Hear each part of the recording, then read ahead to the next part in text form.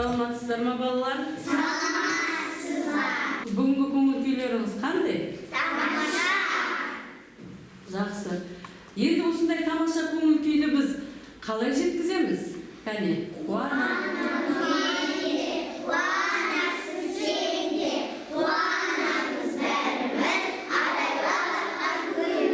жақсы балалар, отыра қойыңдар.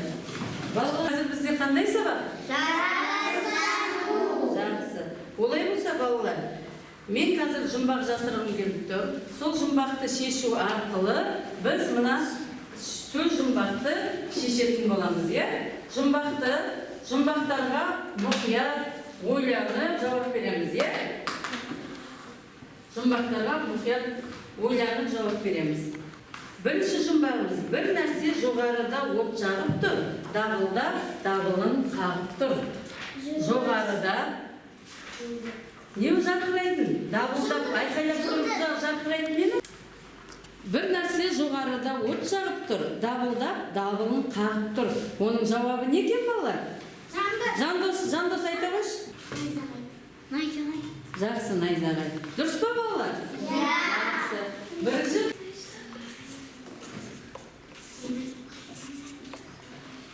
Екінші жұмбақты тыңдай қоямыз балалар. Әдемі түнде мен жүрсем, жүреді менімен бірге. Жауабы? Жұлдыз емес. Тағы да. Әдемі. Ай, дұрыс айтады. Бұл жұмбақтың жауабы балалар ай. Келесі жұмбақты тыңдай қоямыз балалар. Жаңбыр жауып басылды, аспан шайдай ашылды, қызыл сары жасылды, көкте бір зат асылды. Гүлниса, жауабы не болды? Кемпір қосақ. Не болды балалар? Қаттырақ. Кемпір Қосақ болды.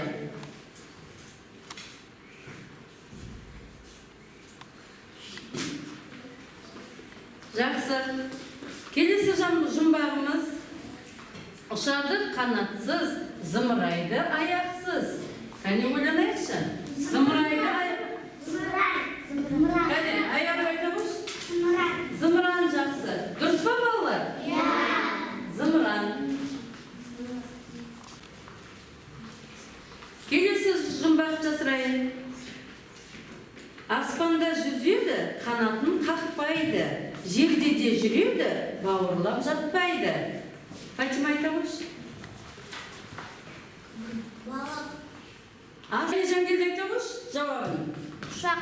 Ұшақ. Жақсы. Дұрыс па балалар?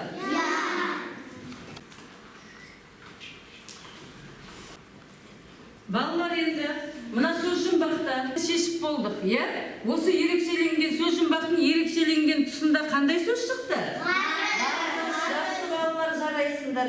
Ендеше бүгін, яғни біз бүгін ғарыш туралы мағлұмат аламыз, иә? Ғарыш туралы білетін боламыз. Ғарыш дегеніміз не? Астрономия ғалымы нені зерттейді? Жер қандай екенін білетін боламыз. Сиқырлы ғарыш әлемімен танысатын боламыз, иә? Балалар, сендер саяхатқа шыққанды ұнатасыңдар ма? Енді саяхатқа шығу үшін, ғарыш әлеміне бару үшін бізге қандай көлік қажет? Қандай көлік қажет? Неге зымыран қажет? Басқа көлікпен біз ғарышқа бара аламыз ба? Жоқ, бара алмаймыз. Ғарышқа тек қана зымыран барады, иә? Ал зымыран туралы біз не білеміз? Зымыран дегеніміз қандай көлік ол? Кәне, кім айта алады? Біреуіміз ғана айтайық, шуламай. Кәне, айта қойшы. Назым. Қаттырақ. Зымыран дегеніміз аспанға ұшатын көлік. Жақсы. Тағы не білеміз? Зымыранға кімдер мінеді балалар? Әдемі. Ғарышкерлер мінеді. Жақсы балалар, жарайсыңдар. Үш шапалақ кәне. Енді мына зымыранға мініп балалар. Қарайық. Мына зымыранға мініп, ракета, иә? Зымыранға мініп, біз бүгін саяхатқа шығатын боламыз, иә? Ал енді зымыранға кімдер мінеді дедік? Ғарышкерлер зымыранға мініп қайда барады? Ғарышқа барады, иә? Ғарышқа олар не үшін барады? Дұрыс айтады. Жангелді айта қойшы. Нені зерттейді балалар? Ғарышты зерттейді. Ғарышкерлер зымыранға мініп, ғарышты зерттеу үшін барады, иә? Жангелді дұрыс жауабын тапты. Жақсы отыра қой. Ал балалар, ғарыш дегенде көз алдымызға біздің не елестейді, не келеді? Жалпы біз ғарыш дегенді қалай түсінеміз? Аяжан айта қойшы. Дегенде? Ғарыш дегенде көз алдымызға ай, күн, Жұлдыз. жер, жұлдыз Көзімізге келеді, көз алдымызға келеді. Жақсы отыра қой, Аяжан, жарайсың. Ал жарайсыңдар балалар. Ал енді қазір интерактивті тақтадан ғарыш туралы бейне жазбаны көреміз. Сол бейне жазбаны мұқият тыңдап отырып, берілген ақпараттарды есте сақтап аламыз. Мұқият тақтаға қарай қояйық барлығымыз.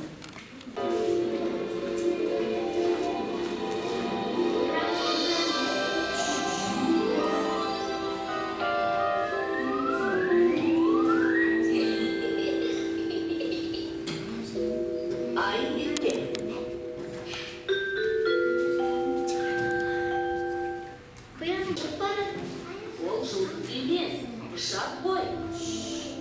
Қандай керемет, менің де ұшқым келеді.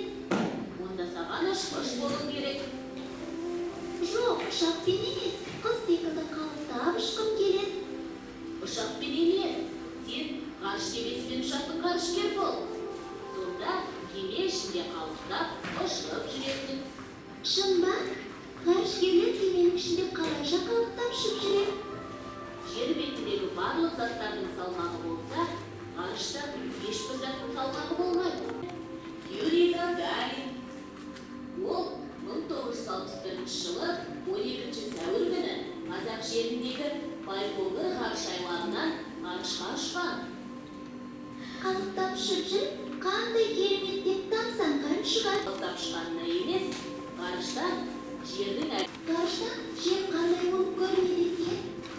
жер Көгілдір, планеталардың арасында күннен ең қолайлы қашықтықта орналасқаны жер. Ауасы мен суы бар, тіршілігі бар, жасыл желек жамылған жер планетасы ғана.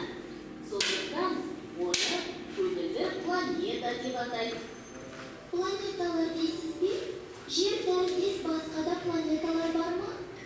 Иә, аспандағы кейбір жұлдыздарды басқаларға қарағанда ерекше қозғалып, адасқан адам секілді аспанның бір шетінен екінші шетіне кезіп жүретінін байқаған. Ғарышты зерттеу тарихы Аристотельден басталады. Аристотель жердің шар тәрізді екенін айтқан, жердің күнді айналатынын байқаған. Басқа да бірнеше планетаның күнді өздерінің көптеген серіктерімен бірге айналып жүреді. 8 бе? Балалар, мына жаңағы көрген бейне жазбадан біз не туралы білдік? Жаңағы Аяжанның ғарыш туралы айтқаны дұрыс болған ба? Жауабы. Ғарыш дегеніміз не? Жаңа ғарыш туралы бейне жазба көрдік қой. Ғарыш дегеніміз не? Кәне кім айтады? Ғарыш дегеніміз не? Не білдік, не естідік? Кәне, жақсы Аяру айта қойшы. Күннен 8 планета айналып жүреді. 4-еуі ішкі, 4-еуі сыртқы. Жақсы отырамын. Жарайсыздар балалар. Сонымен күнді айналып жүрген неше планета бар екен балалар? 8 бар екен. Нешеуі? 4-еуі ішкі планеталар, 4-еуі сыртқы планеталар дейді. Бұл сыртқы планеталарды жоғары классқа барған кезде білетін боласыңдар, иә? Жақсы. Ал тағы да не білдік, не естідік? Тағы да не білдік? Айтамыз, ғарышкер туралы білдік па?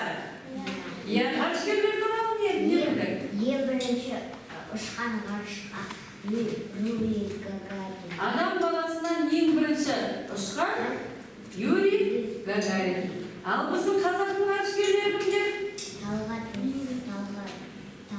Мұсабаев. Жақсы отыра ғой. Дария кісіге тұр екен. Аубакіров па? Тоқтар Аубакіров. Жақсы отыра ғой. Үшінші ғарышқа ұшқан ғарышкеріміз кім? Тоқтар Аубакіров, Талғат Мұсабаев. Үшіншісі кім? Кәне, кім айтады? Назым айта қойшы. Айымбетов, дұрыс. Жарайсыңдар балалар, жақсы түсінген екенсіңдер, е? Жақсы жарай. Балалар, жаңағы ғарышкерлер туралы біз дұрыс айттық, е? Ең бірінші ғарышқа ұшқан адам баласы бұл Юрий Гагарин, е? Юрий Алексеевич Гагарин. Ендігі кезекте біз Қазақстанның қазақ ғарышкерлері. Кім мынау? Тоқтар Әубәкіров. Келесі ғарышкеріміз кім? Талғат Мұсабаев. Келесі ғарышкеріміз Айдын Айымбетов. Көрдік пе? Бүгін біз қазақтың 3 ғарышкерімен таныстық, е? Жақсы балалар, жарайсыздар. Енді бұлтсыз ашық түнде аспаннан жарқыраған көп жұлдыздарды көреміз, е? Түнде далаға шықсақ, аспанға қарағанда нелерді көреміз? Жұлдыздарды көреміз. Жұлдыздар қандай болады? Үлкені болады, кішісі болады, кейбіреулері жарқырап тұрады, кейбіреуі күңгірт тартып тұрады, е? Сол жарқырап тұрған үлкен жұлдыздарды адамдар ежелгі заманда соларға ат берген, ат қойған, е? Оларды шоқ жұлдыздар дейді екен, е? Шоқ жұлдыздар есімізде сақтайық. Айсыз түнде балалар, жай көзбен қарағанда 3000-ға жуық жұлдызды, ал күшті телескоп арқылы миллиардтаған жұлдыздарды көруге болады екен. Ертеде адамдар аспанды өздерінің көздерінен ғана бақылап зерттей алды. Бірақ көзге көрінбейтін жұлдыздарды бақылай алмады. Сол себепті ең бірінші аспан денелерін зерттеу үшін Әл-Фараби телескопты ойлап шығарған екен. Қазір мен телескопты көрсем, қарайық. Балалар, айсыз түнде жай көзбен қарағанда біз нені көреміз? Жұлдыздарды көреміз, е? Ал біздің көзімізге, жай көзімізге көрінбейтін жұлдыздар аспанда өте көп. Сондықтан ерте заманда сол жұлдыздарды зерттеу үшін, қарау үшін Әл-Фараби ең бірінші телескопты ойлап тапқан екен. Міне телескопты көріп тұрмыз, е? Осы құрылғы арқылы аспандағы жұлдыздарды зерттеп санауға болады екен, е? Жақсы балалар. Көріп алдық па? Жақсы балалар. Енді кезекте мен тапсырма бергім келіп тұр әр топқа, е? Бірінші ай тобына мына әріптерден сөздер құраймыз. Мына шашылып жатқан әріптерден сөз құрай қойайық. Қандай сөз шығады? Құрай қойайық. Екінші күн тобына мына геометриялық фигуралардан біз зымыраны құрастырамыз. Ал жасаймыз. Зымыраны құрастырамыз. Келесі жер тобына мына планеталар, жаңа айттық қой, 8 планета бар, е? Сол планеталармен, жұлдыздармен ғарышты қалай ойлай саламыз суретін. Келесі жұлдыз тобына телескоптың суретін саламыз. Телескоп туралы айтамыз сосын. Ал жақсы орындаймыз.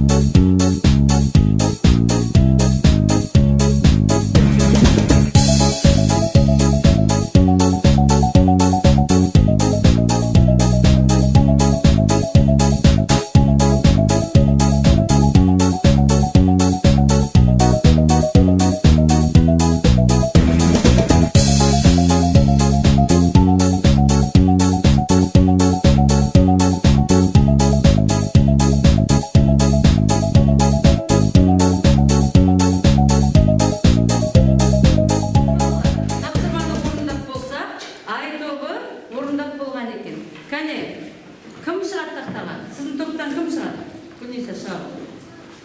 Апайына бетін қойып отырмын. Берілген тапсырма қандай болды Күнесе? Біз шашылған әріптерден ғарыш, аспан, ай, күн, жер, жұлдыз деген сөздерді құрадық. Жақсы, дұрыс па балалар? Қане дұрыс болса, үш шапалақ. Жақсы, Күнесе отырады. Келесі топ. Күн тобына қандай тапсырма беріліп еді? Геометриялық фигуралардан зымыранды құрастыру. Кім шығады таштаған? Кім айтады зымыран туралы? Келіп, жаңағы келіп. Зымыран деген сол ғарышкерге ұшатын көлік. Олар аспанға ұшып жұлдыздарды қарап жүреді. Жұлдыздарды не істейді ғарышкерлер? Қарап. Зерттейді ме? Иә. Ғарышты зерттейді ме ғарышкерлер? Иә, жақсы. Жақсы, жанағыз отыра ғой. Қайда жанағызға үш шапалақ. Жақсы жарайсыңдар балалар. Келесі топ, келесі жер тобының тапсырмасы. Шабыл. Кім шабыл? Әдемі шабыл.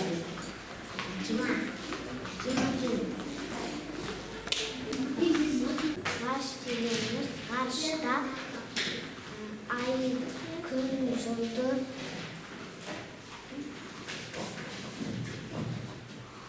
Планеталар. Жүреді. Күннен 8 планета айналып жүреді.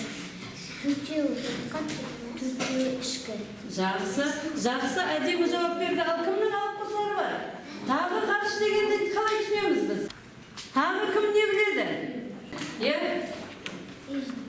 Жаңа айтамыз? Ғарышқа ғарышкерлер ұшады. Жақсы, дұрыс айтасың. Жақсы жарайсыңдар. Әдеміге үш шапалақ қане. Әдемі отыра ғой. Енді келесі топтың жұлдыз тобының тапсырмасы не болатын? Телескоптың суретін салу. Сіздің топтан кім шығады қане? Дария Шабуш кел. Қалғанымыз мұқият тыңдаймыз, Жандос. Мұқият тыңдаймыз. Телескоп дегеніміз жұлдыздар қараушы Санайтын.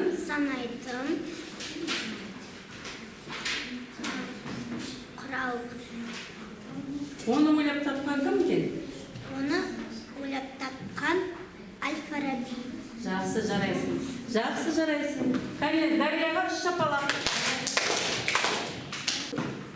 Жақсы балалар, бүгінгі сабаққа біз барлығымыз жақсы қатысып отырдық. Көптеген мағлұматтар алдық. Ал енді біз мана шоқ жұлдыздар туралы айттық қой. Не дедік? Шоқ жұлдыздар не дедік? Аспандағы өте қатты жарқырап көрініп тұрған жұлдыздарды шоқ жұлдыздар дейді. Сол 12 шоқ жұлдыз 12 айды бейнелейді. Жұлдыз жорамал жасайды. Жұлдыз жорамал туралы естігеніміз бар ма? Егіздер, торпақ, таразы деген сияқты естідік па? Сол жұлдыз жорамалды өздеріңнің туған күндерін қай айда туылдыңдар, сол туралы өздеріңнің жұлдыз жорамалдарыңды үйде біліп келеміз. Келесі сабаққа, Келесі сабаққа өзіміздің қай жұлдыз жорамалда тұрғанымызды білеміз, Жақсы. Үйге тапсырма түсінікті ме балалар? Жақсы жарайсыңдар. Балалар, біз ғарышқа ұшқымыз келе ме? Ғарышкер болғымыз келе ме? Жақсы, олай болса, мен әр топқа мына зымыранды таратып беремін. Осы зымыранға бүгінгі сабақтан алған әсерлерімізді, пікірлерімізді жазып, мына ғарышкердің суретіне әкеліп жабыстырамыз. Бүгін ғарышқа саяхат. Сонымен естедік біз? Бүгін ғарышқа саяхатқа шықтық. Не білдік? Ғарыш туралы көптеген мағлұматтар білдік. Жақсы жарайсыңдар. Бүгінгі күнге байланысты жаза қойыңдар. Балалар жұмысты аяқтаса, мына топтан сезім келіп жапсыра қой. Жақсы,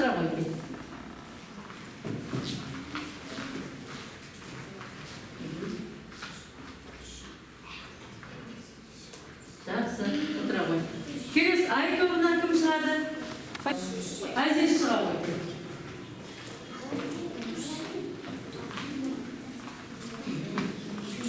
Жақсы кел, жапсырам.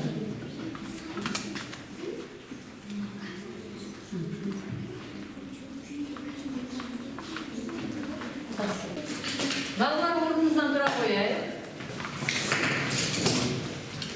Жақсы, әп-әдемі болып тұра қояйық. Осымен бүгінгі сабағымыз аяқталды. Сау болыңыздар.